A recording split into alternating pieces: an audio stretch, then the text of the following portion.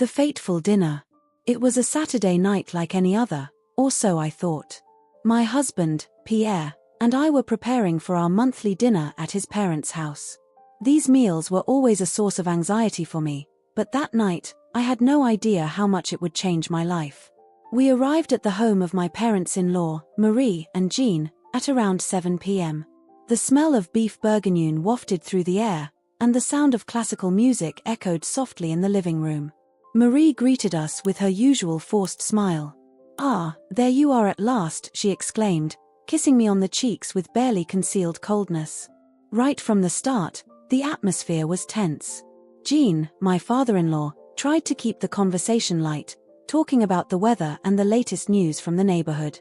Pierre, as usual, remained silent, shaking his head from time to time. As for me, I tried to smile and participate, all the while feeling Marie's scrutinizing gaze on me. Dinner began, and with it, the usual questions. "So, what's new at work, Pierre, Sophie, is your mother well?" But I knew this was just a facade. The real question, the one that floated in the air like a storm cloud, had not yet been asked. It was at dessert time that everything came to a head. Marie, who had already had several glasses of wine, put down her fork a little too abruptly. "Well, let's talk seriously," she said, her bright eyes fixed on me. "How long have you been married now?" "4 years. I felt my heart quicken. 5 years, actually," I replied softly. 5 years, she exclaimed, as if it were an eternity. "And still no children? You know, at your age, you shouldn't wait too long." Pierre tried to intervene. "Mom, we've already talked about this." But Marie wasn't listening. She emptied her glass of wine in one gulp and forcefully placed it back on the table. "No, Pierre, things need to be said. I'm tired of beating around the bush." The silence that followed was deafening. I could hear my own heart beating in my ears. And then, like a thunderclap, the words came out of her mouth. "You can't even give my son a child.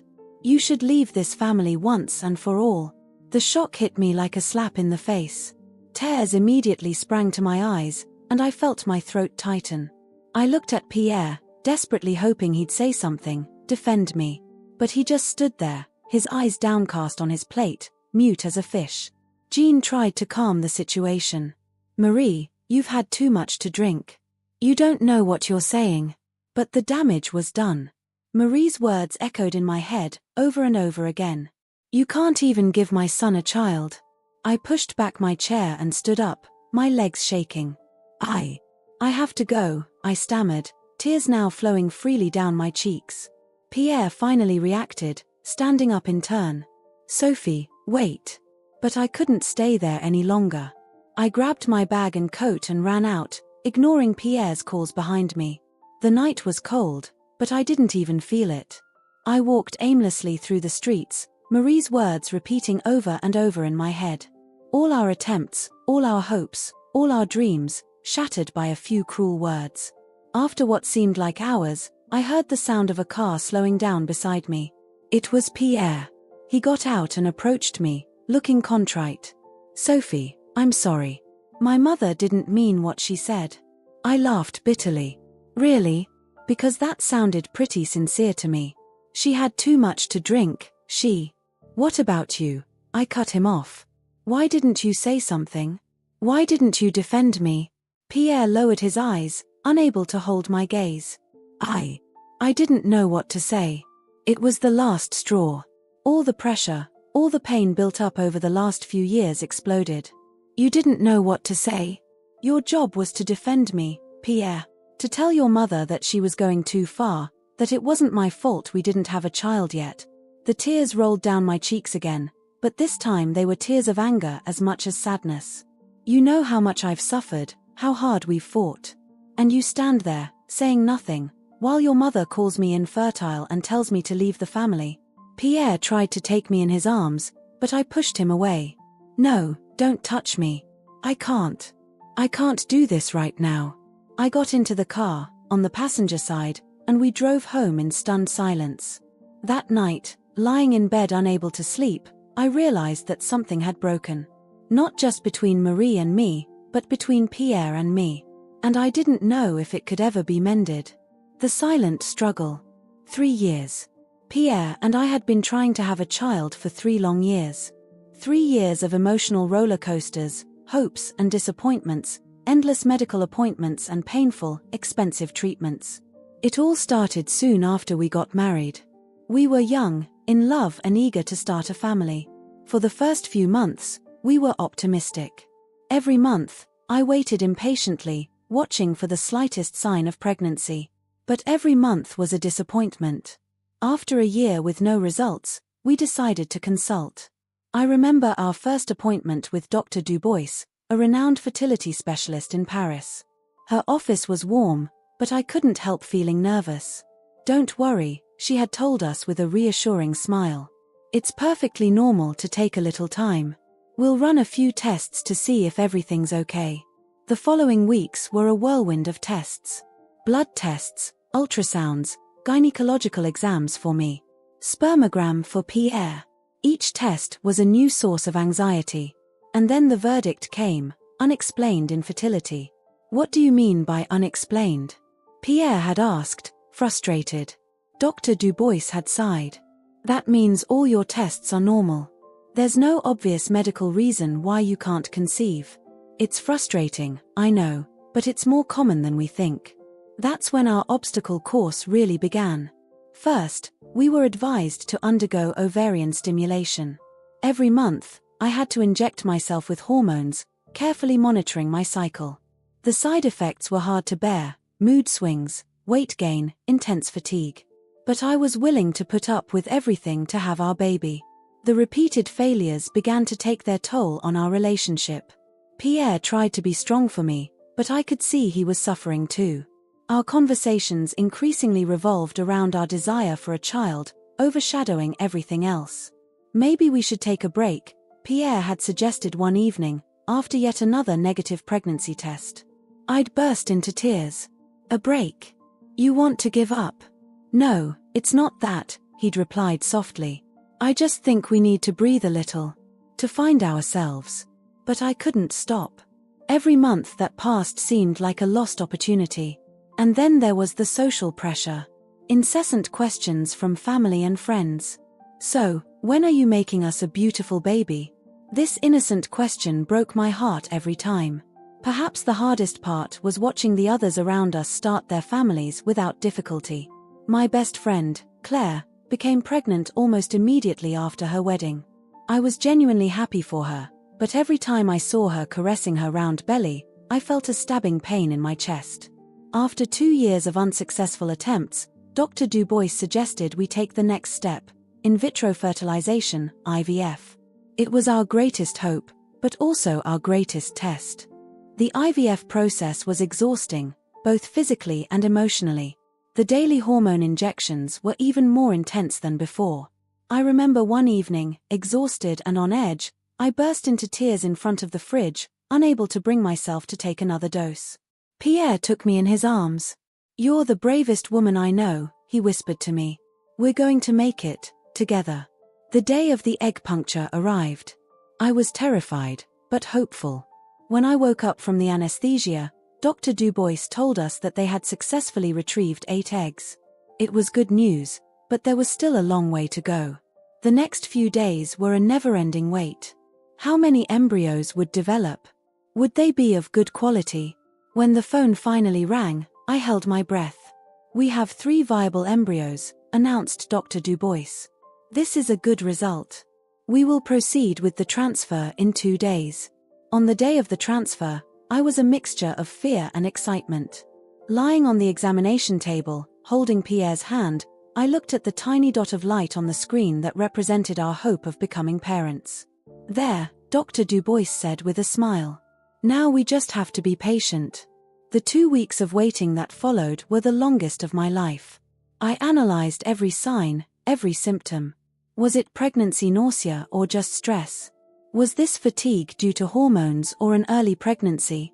The day of the test finally arrived. My hands were shaking so much that I almost dropped the pregnancy test. Pierre and I waited together, in silence, our hands intertwined. When the result came back, my heart broke once again, negative. This time, it was Pierre who broke down. I saw him collapse on the sofa, head in hands, shoulders shaking with silent sobs.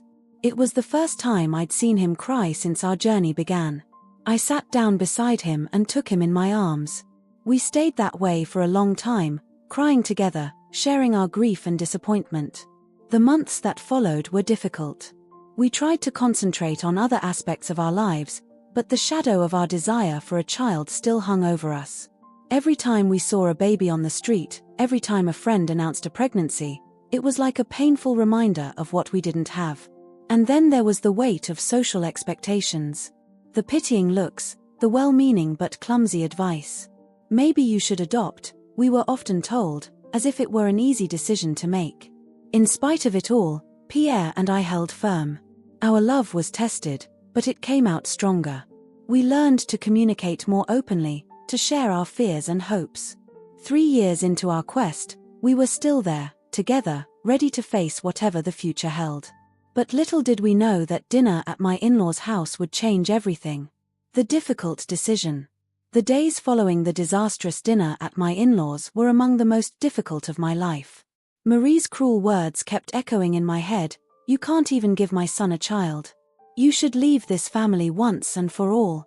Those words had brought to the surface all the insecurities and doubts I'd tried so hard to suppress during those 3 years of struggle. Pierre's silence that evening had wounded me deeply. How could he have remained silent in the face of such an attack? It was a question that went round and round in my mind, driving a wedge between us. The next morning, I woke up before Pierre. I stared at the ceiling for what seemed like hours, weighing the pros and cons of the decision that was beginning to form in my mind. When Pierre finally woke up, I took a deep breath.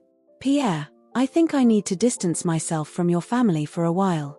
He looked at me, his eyes still misty with sleep, but I could see understanding and guilt reflected in them.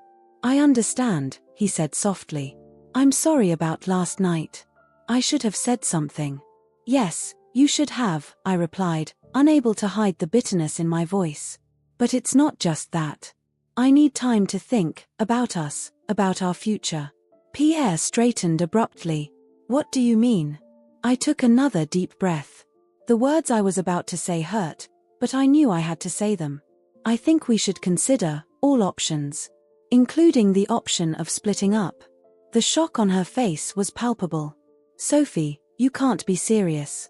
We've been through so much together." "Exactly," I replied, with tears in my eyes.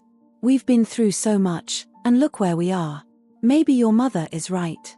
Maybe I can't give you what you want." "What I want is you," he said firmly. "With or without children." But I wasn't sure of anything anymore.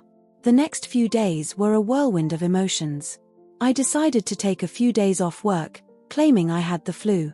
In reality, I needed time to reflect, to take stock of my life and our relationship. I spent hours sitting on our balcony, watching Parisian life unfold below. Couples strolling hand in hand, parents playing with their children in the nearby park. It all seemed so far away, so inaccessible. Pierre tried to talk to me, to comfort me, but I felt unable to communicate.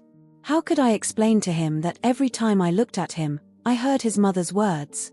How could I tell him that I felt like a stranger in his family, an intruder who could never really be part of it? One afternoon, while absent-mindedly leafing through a magazine, I came across an article on divorce. My heart sank. Was this really what I wanted? To end our marriage, our love story, because of this ordeal? I closed my eyes and tried to imagine my life without Pierre. Without his arms around me in the morning, without his laughter that brightened my days, without our endless conversations about everything and nothing. The very idea broke my heart. But at the same time, I couldn't help thinking that maybe, by freeing myself, I'd free him too. He could find someone else, someone who could give him the child he so longed for. The thought made me burst into tears. Pierre, who was in the next room, came running. "Sophie, my love, what's wrong?"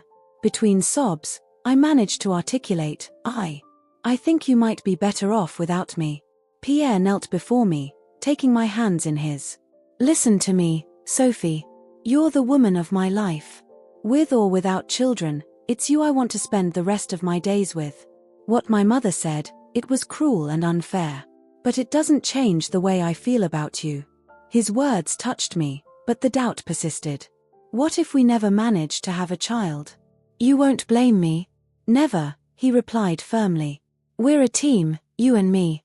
Whatever happens, we'll face it together. Despite his reassuring words, I needed to take a step back. I decided to spend a few days with my sister, Elise, who lived on the other side of Paris. Pierre wasn't happy about this decision, but he understood that I needed space. At Elise, I was able to take time to think, away from the pressure of our apartment and the memories of our unsuccessful attempts. My sister was incredibly supportive, listening to me for hours without ever judging me. You know, she said to me one evening as we shared a bottle of wine, when I divorced Mark, I thought my life was over. But look at me now. Sometimes an ending is just a new beginning. His words made me think. Was this what I needed? A fresh start? But the idea of starting again without Pierre seemed unbearable. The days passed, and despite the distance, Pierre called me every evening. We talked about everything and nothing, carefully avoiding the subject that preoccupied us most. But I missed his voice, his presence even over the telephone. One morning, as I was strolling through Elise's neighborhood, I passed a small bookshop. In the window, a book caught my eye, Reinventor son couple face à l'infertile. Without really thinking about it, I went in and bought it. This book was a revelation. It spoke of couples who had gone through the same trials as us, who had almost split up, but who had finally found a way to strengthen their love. It also talked about the importance of communication, honesty, and the need to mourn a certain idea of family. As I read it, I realized that our problem wasn't so much infertility itself as the way we were dealing with it.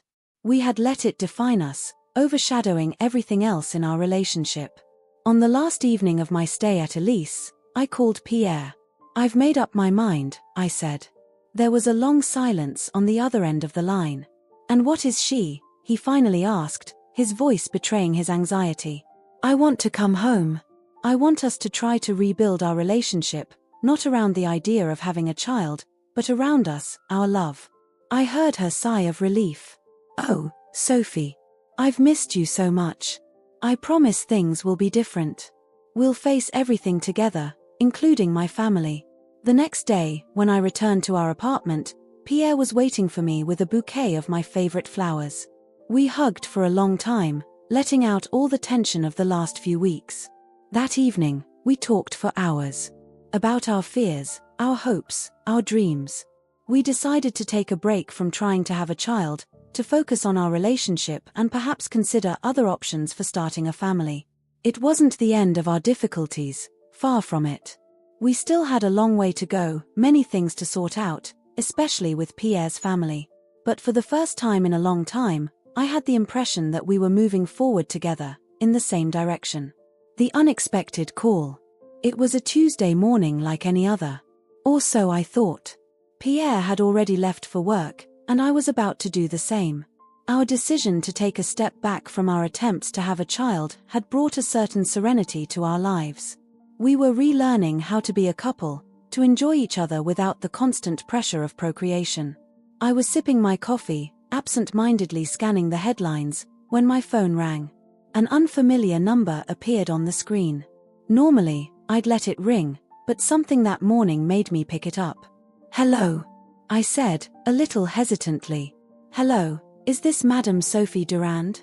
The voice on the other end of the line was professional, a little strained. Yes, that's me, I replied, feeling a hint of concern rise up in me. I'm Dr. Moreau from Hôpital Saint-Antoine.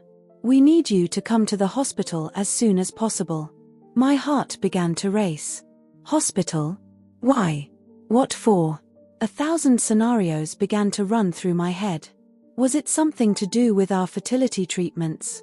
Had they discovered something in our latest tests? Is there a problem? I asked, my voice betraying my anxiety. I'd prefer to discuss this in person, Madame Durand. Can you come in the morning? This evasive answer only heightened my concern. Yes, of course. I'll be there as soon as I can. After hanging up, I stood still for a few moments, trying to gather my thoughts. Should I call Pierre? No, I told myself. Not until I knew more.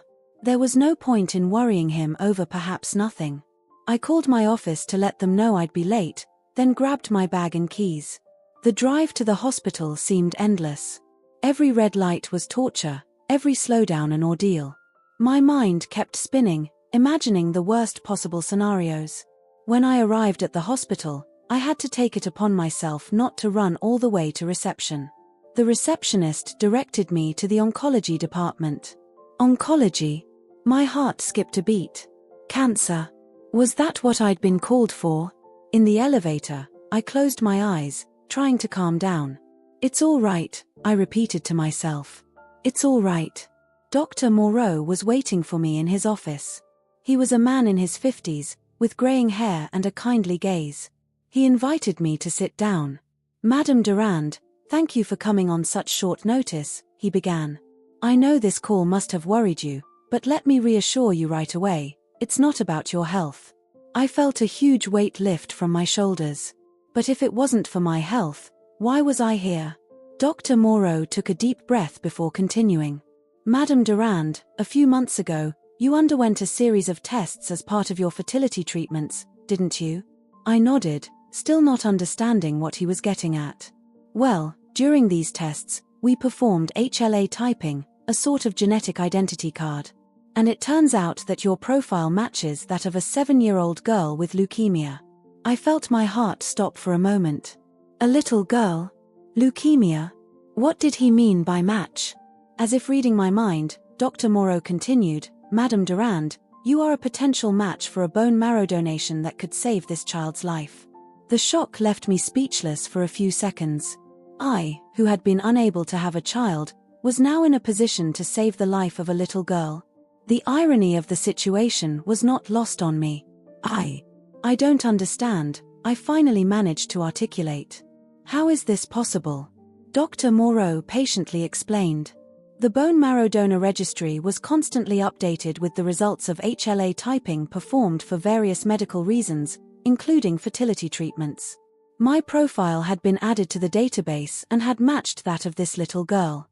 Of course, he added, further testing would be required to confirm compatibility. And you're totally free to refuse. It's an important decision that deserves thought. My mind was racing. On the one hand, the opportunity to save a life, to make a real, tangible difference. On the other, the fear of the unknown, the potential risks, the impact it could have on my own health and on our chances of having a child. What exactly is the process? I asked, trying to keep my voice steady. Dr. Moreau explained in detail. First, additional tests to confirm compatibility. Then, if all went well, the bone marrow would be harvested under general anesthesia. There would be a recovery period, but generally, donors could return to normal life fairly quickly. And, could it affect my chances of getting pregnant? The question escaped me before I could even think about it. The doctor looked at me with compassion. I understand your concern, Madame Durand. Bone marrow donation does not affect fertility. However, given your history, we will take all necessary precautions. I nodded, trying to assimilate all this information. Part of me wanted to say yes immediately, to jump at this chance to do something good, something meaningful. But another part hesitated, thinking about Pierre, our journey, everything we'd been through. I need to talk to my husband about this, I finally said. Of course, replied Dr. Moreau with an understanding smile. It's an important decision that deserves to be discussed. Take the time you need. But know that time is a crucial factor for this little girl. When I left the hospital, I was in a state. The sun was shining, people were going about their business, and I felt like I was carrying the weight of the world on my shoulders. How was I going to explain all this to Pierre? How were we going to make this decision? I walked through the streets of Paris for a while, trying to sort out my thoughts. As luck would have it, I passed an elementary school. The joyful cries of the children in the playground made me stop dead in my tracks. I looked at these carefree little creatures, full of life, and thought of the little girl in hospital, fighting leukemia. What if she were our child? Wouldn't we have moved heaven and earth to find a compatible donor? The thought made me dizzy.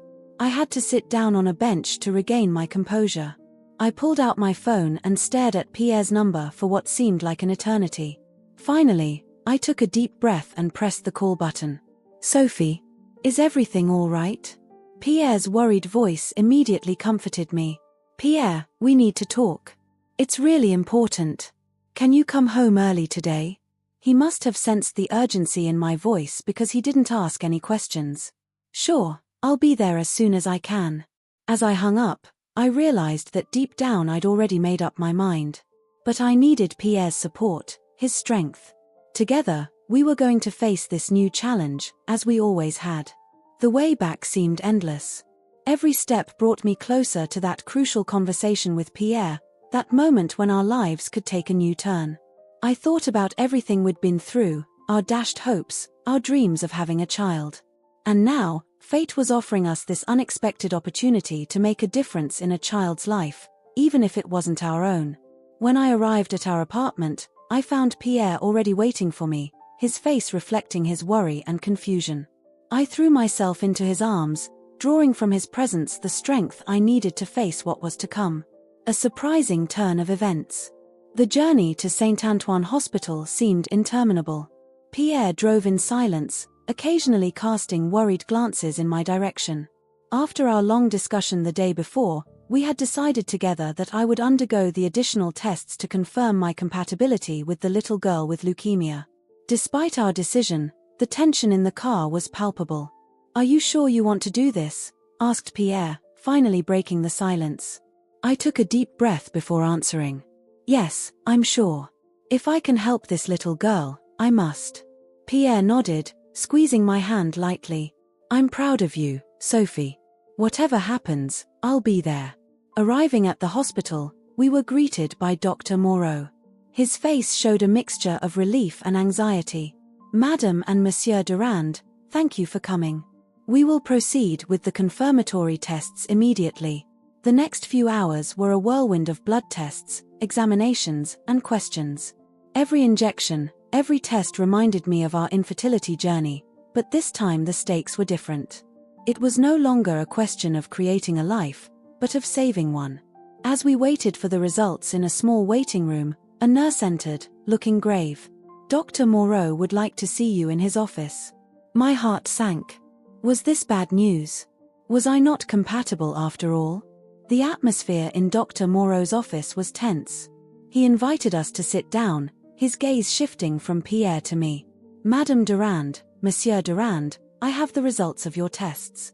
He paused, as if searching for his words. "The good news is that you are indeed compatible with little Leah." I felt an immense relief wash over me, but the doctor's expression told me there was something else. However, he continued, the tests revealed something unexpected. My heart began to race. Pierre squeezed my hand tighter. "Madame Durand, you're pregnant." The world seemed to stop around me. Pregnant. After all those years of trials, treatments, and disappointments. I couldn't be. I don't understand, I stammered. We had stopped the treatments. How is that possible? Dr. Moreau smiles gently. Sometimes nature has surprises in store for us. It looks like your pregnancy is very recent, probably only a few weeks old. Pierre was frozen next to me, his face reflecting a mixture of shock and joy. "We're going to have a baby," he whispered, as if afraid that saying it out loud would break the spell. The doctor nodded. "Yes, congratulations to you both." For a moment, I completely forgot why we were there in the first place. The joy of learning that I was finally pregnant overshadowed everything else. But reality quickly caught up with me. "What about bone marrow donation?" asked I, my voice trembling. Dr. Moreau's face darkens. "This is where the situation gets complicated. Although you may be a match, bone marrow donation during pregnancy carries significant risks, both for you and for the fetus." The joy I had just felt was immediately replaced by a feeling of helplessness and guilt. On the one hand, there was this miracle we'd been waiting for so long. On the other, a little girl whose life may have depended on me. "Is there really no way?" asked Pierre, his voice betraying his dismay. Dr. Moreau shook his head. "The risks are too high. We can't recommend donation under these circumstances." I felt tears welling up in my eyes. What about little Lee? What's going to happen to her? We'll immediately relaunch the search for another compatible donor, the doctor replied. But I have to be honest with you, finding a donor as compatible as you are will be difficult. The silence that followed was heavy. I felt torn between the joy of finally being pregnant and the guilt of not being able to help this little girl. Could I meet her? I asked suddenly, surprising even Pierre. Dr. Moreau hesitated. It's not usual, but given the circumstances, I'll see what I can do. A few hours later, after digesting the news of my pregnancy and undergoing several more tests to make sure everything was fine, we found ourselves in front of Leah's room. Before entering, a nurse explained Lee's situation. She had been ill for over a year, and the treatments had weakened her considerably. Her parents were constantly at her bedside, alternating between hope and despair as the medical news changed. When we entered the room, my heart sank. Lee was a little brown-haired girl, so pale and thin in her hospital bed. Despite her illness, her eyes sparkled with life and curiosity. Her parents stood up as we arrived, incomprehension evident on their faces. Dr. Moreau quickly made the introductions, briefly explaining who we were without going into details about my pregnancy or the impossibility of donation. "Hello, Lee," I said softly as I approached her bed. "My name is Sophie." Lee looked at me with a shy little smile. "Hello, Sophie. Have you come to visit me?" I felt my throat knot up. How could I explain to this little girl that I had come to potentially save her life, but in the end I couldn't. "Yes, I wanted to meet you," I replied simply. "I've heard you're very brave." Leah shrugged her shoulders with surprising maturity for her age. "The doctors say I have to be strong. So I try." I spent the next few minutes chatting with Leah, listening to her stories about her favorite stuffed animals and the cartoons she liked to watch. Pierre joined in the conversation, making Leah laugh with his jokes. Meanwhile, I couldn't help thinking about the injustice of the situation. This little girl so full of life was fighting for her life, while I had received the miracle of an unexpected pregnancy. When it was time to leave, I could hardly contain my tears. I promised Lee I'd come back to see her, even though deep down I knew it probably wouldn't be possible. In the corridor, Leah's parents stopped us. Leah's mother, her eyes full of tears, took my hands. "I don't know exactly why you came," she says, "but I feel it was important. Thank you for making my daughter happy today." These words broke my heart. I wanted to tell them I was sorry, that if circumstances had been different, I would have done everything I could to help their daughter. But the words stuck in my throat. Pierre, sensing my unease, spoke up. "Your daughter is extraordinary. We sincerely hope she gets better very soon." On the way home, Pierre and I remained silent, each of us lost in our own thoughts. The joy of my pregnancy was tinged with guilt and sadness for Leah. "What are we going to do?" I finally asked, breaking the silence. Pierre sighed. "I don't know, Sophie. But what I do know is that we can't jeopardize our baby. As difficult as it is, we have to think of our family now." I knew he was right, but that didn't make it any easier to accept. This day that should have been filled with nothing but joy and celebration, had become a complex mix of conflicting emotions. When we got home, I headed straight for our bedroom. I needed to be alone, to digest everything that had happened. Lying on the bed, I put my hand on my stomach, trying to connect with this new life growing inside me. "I'm sorry, Lee," I murmured into the silence of the room. "I hope you can find someone else to help you." That night, I dreamt of Lee. In my dream, she was in good health, running through a field of flowers, laughing out loud. Next to her was another child, one I instinctively recognized as my own. The two children were playing together, happy and carefree. I woke up with a start, my cheeks wet with tears. Pierre, sensing my agitation, took me in his arms. "It'll be all right, Sophie," he murmured. "We'll get through this together, just like we always have." In the warmth of her embrace, I felt a mixture of gratitude for the miracle of our unborn baby and sadness for Lee. I knew the days ahead would be difficult, juggling the joy of my pregnancy with worry for this little girl I'd only met once, but who had already left an indelible mark on my heart. The moral dilemma. The days that followed our visit to the hospital were a whirlwind of conflicting emotions. On the one hand, there was the indescribable joy of finally being pregnant after so many years of waiting and disappointment. On the other, the crushing weight of guilt at not being able to help Lee. Every morning, when I woke up, my first thought was of the little miracle growing inside me. I'd place my hand on my still flat belly, trying to imagine the life that was developing there. But almost immediately afterwards, the image of Leah in her hospital bed came to mind, and my heart sank. Pierre did his best to support me, but I could see he was torn too. One evening, as we sat on the sofa, watching a film on TV without really seeing it, he turned to me. "Sophie, I know this is hard, but we have to think about our baby now. That's our priority." I knew he was right, but his words still struck me like a dagger. "I know," I replied softly. "It's just, I can't stop thinking about Lee. What if we were in her parents' shoes?" Pierre sighed, running a hand through his hair. "I understand. But we can't risk our child's health." Dr. Moreau was clear about the risks. I nodded, tears in my eyes. "I know all that, rationally. But emotionally." He took me in his arms, rocking me gently. "I know, my love. I know." The days passed, and despite my efforts to concentrate on my pregnancy, my thoughts kept returning to Leah. I'd asked Dr. Moreau to keep me informed of her situation, and every time my phone rang, my heart skipped a beat, hoping and dreading for news. One morning, as I was getting ready for work, my phone rang. It was Dr. Moreau. "Madame Durand," he said, his voice betraying a certain urgency. "I have news concerning Leah." My heart began to race. "What's wrong? Is she okay?" There was a brief silence at the other end of the line. "Her condition has deteriorated. The doctors think she'll need a transplant in the next few weeks if we're to have any chance of saving her."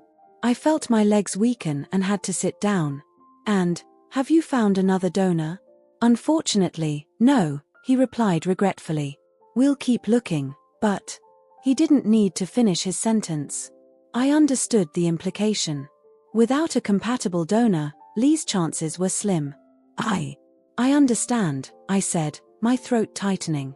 "Thank you for informing me." After hanging up, I sat on the edge of the bed, unable to move. My mind was racing, weighing the pros and cons, imagining every possible scenario.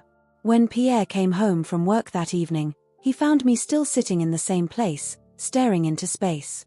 "Sophie, what's going on?" he asked, concern evident in his voice. I looked up at him, feeling the tears roll down my cheeks. Dr. Moreau called. "Lee's in bad shape. She needs a transplant fast." Pierre sat down beside me, taking me in his arms. "Oh, Sophie." "Pierre," I said softly, "what if I did it anyway?" He stepped back abruptly, looking at me in disbelief. "What?" he said. "Sophie, we've been over this. It's too dangerous." "I know," I replied, "but I can't bear the thought of that little girl dying when I could have done something about it." Pierre stood up, pacing the room. "What about our baby? Are you ready to risk her life?" His words were like a slap in the face. Of course I didn't want to risk our child's life. But the idea of doing nothing for Lee was eating me up inside. "There has to be a way," I said, more to myself than to Pierre. "Maybe if we talk to other doctors, if we look for other options." Pierre knelt in front of me, taking my hands in his. "Sophie, I understand you want to help. I really do. But we have to think of our family now. This baby is the miracle we've been waiting for so long." I knew he was right. But that didn't make the decision any easier. That night, I barely slept, turning the problem over and over in my head. The next morning, I made a decision. I called Dr. Moreau and asked for an urgent appointment. Pierre insisted on coming with me.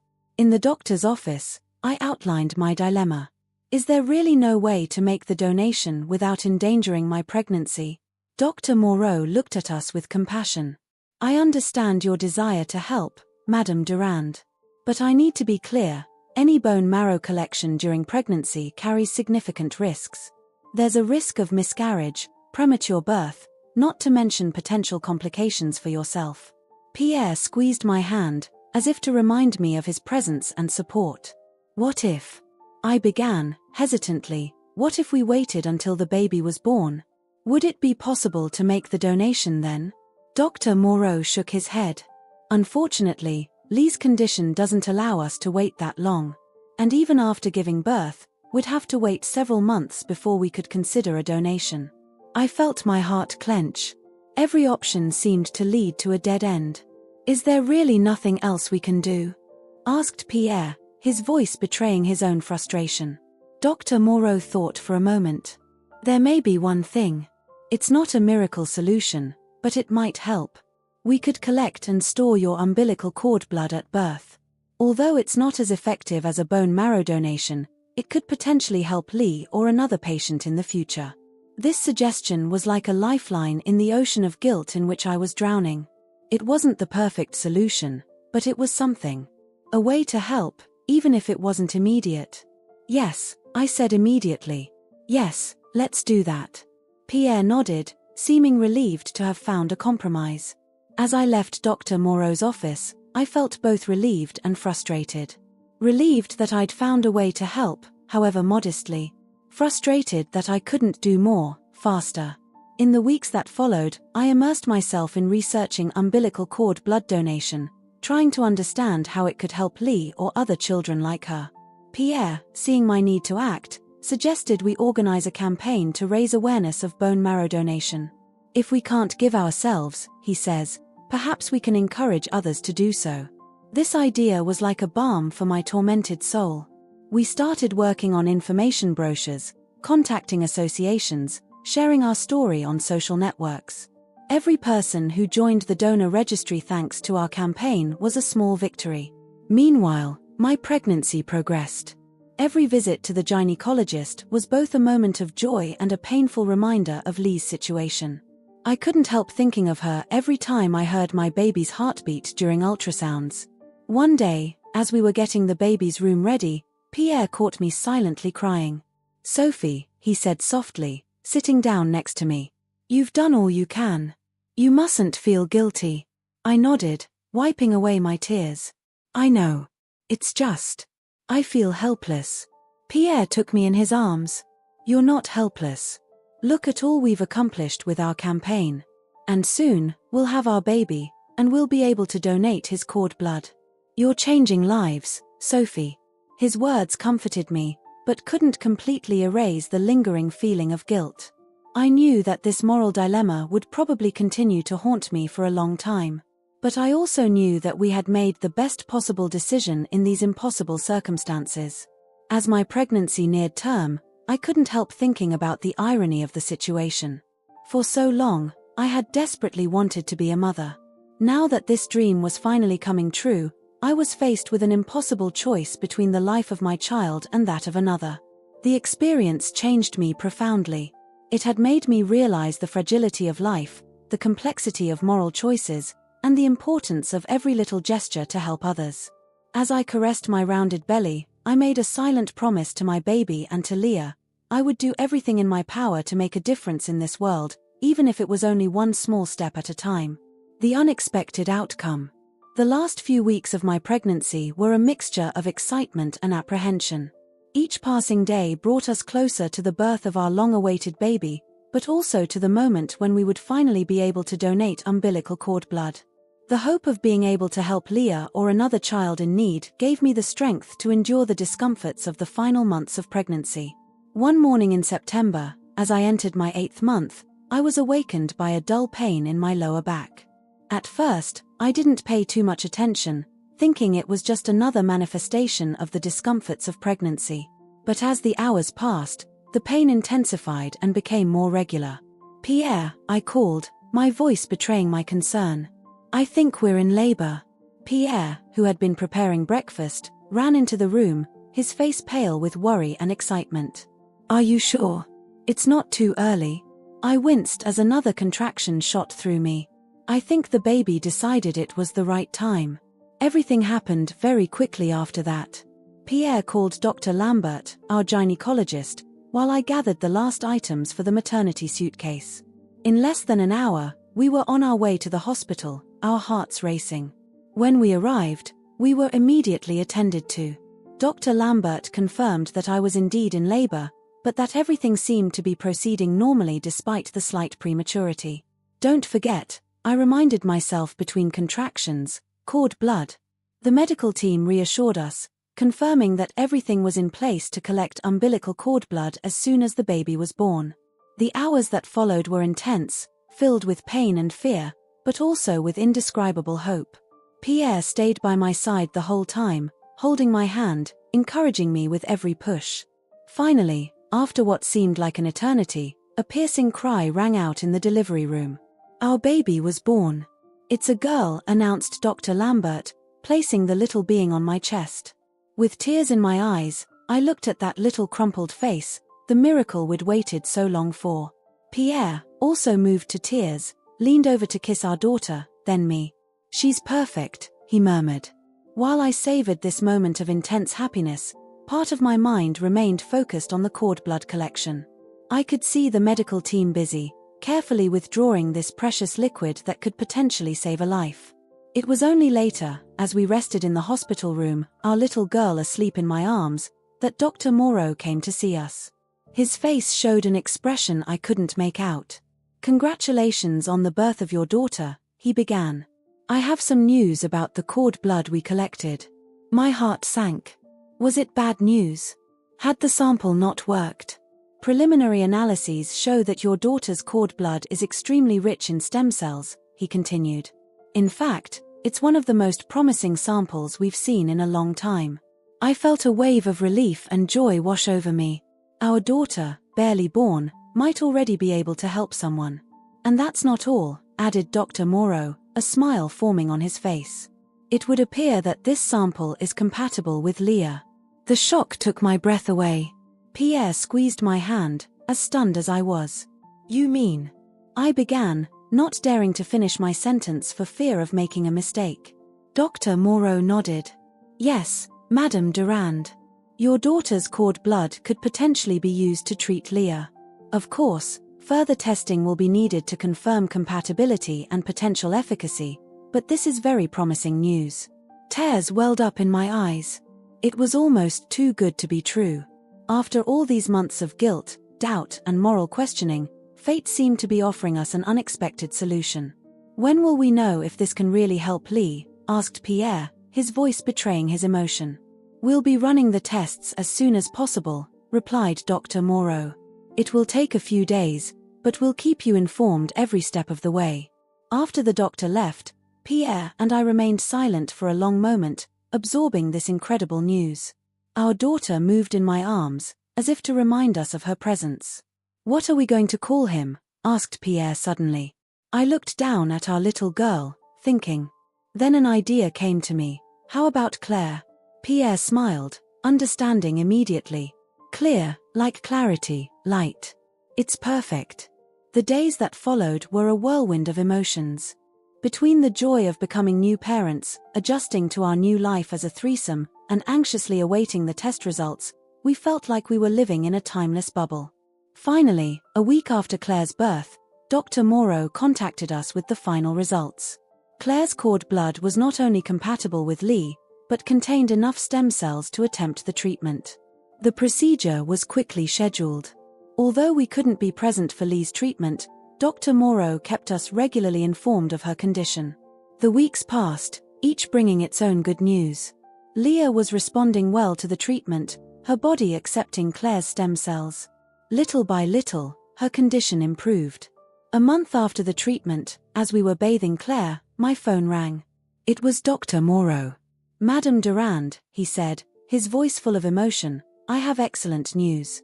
Leah's latest tests show complete remission. The treatment worked."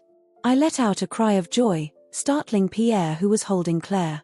Tears flowed freely down my cheeks as I shared the news with him. A few days later, we were invited to the hospital to meet Lee and her family. I was nervous, not knowing how this meeting would go. But as soon as we entered the hospital room, all my apprehensions vanished. Leah was sitting up in bed, her cheeks had brightened and her eyes shone with new vitality. When she saw us enter with Claire in her arms, her face lit up with a big smile. "Is she the baby who saved me?" she asked, amazed. I nodded, too moved to speak. Leah's parents approached us, tears in their eyes. "How can we ever thank you?" said Lee's mother, taking my hands in hers. "You don't have to thank us," Pierre replied. "We're just happy that everything worked out well." We spent a long time chatting, exchanging experiences.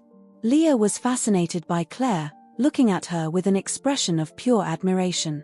As I left the hospital that day, I felt a sense of peace and completeness that I hadn't felt in a long time. Fate had found a way to resolve our dilemma in a way we could never have imagined. In the months and years that followed, we kept in touch with Lee and her family. Watching Leah grow up, blossom and resume a normal life was a priceless gift. Claire and Leah developed a special bond, almost like sisters bound by destiny. The experience had changed us profoundly. It taught us the value of hope, the importance of perseverance, and the power of love and compassion. Every time I look at Claire, I'm amazed at the miracle of life and how one little being can have such a big impact on the world. Our journey to becoming parents had been long and difficult, but it had led us to a place we could never have imagined. In the end, it wasn't just the story of our struggle to have a child. It was the story of two little girls whose fates had become intertwined in the most unexpected of ways. It was a story of hope, resilience, and the power of life itself. As I watch Claire play with Leah at one of our frequent get-togethers, I can't help thinking that sometimes the greatest miracles happen when we least expect them. And that sometimes, life finds a way to solve even the most impossible dilemmas, reminding us that love, in all its forms, is the most powerful force there is.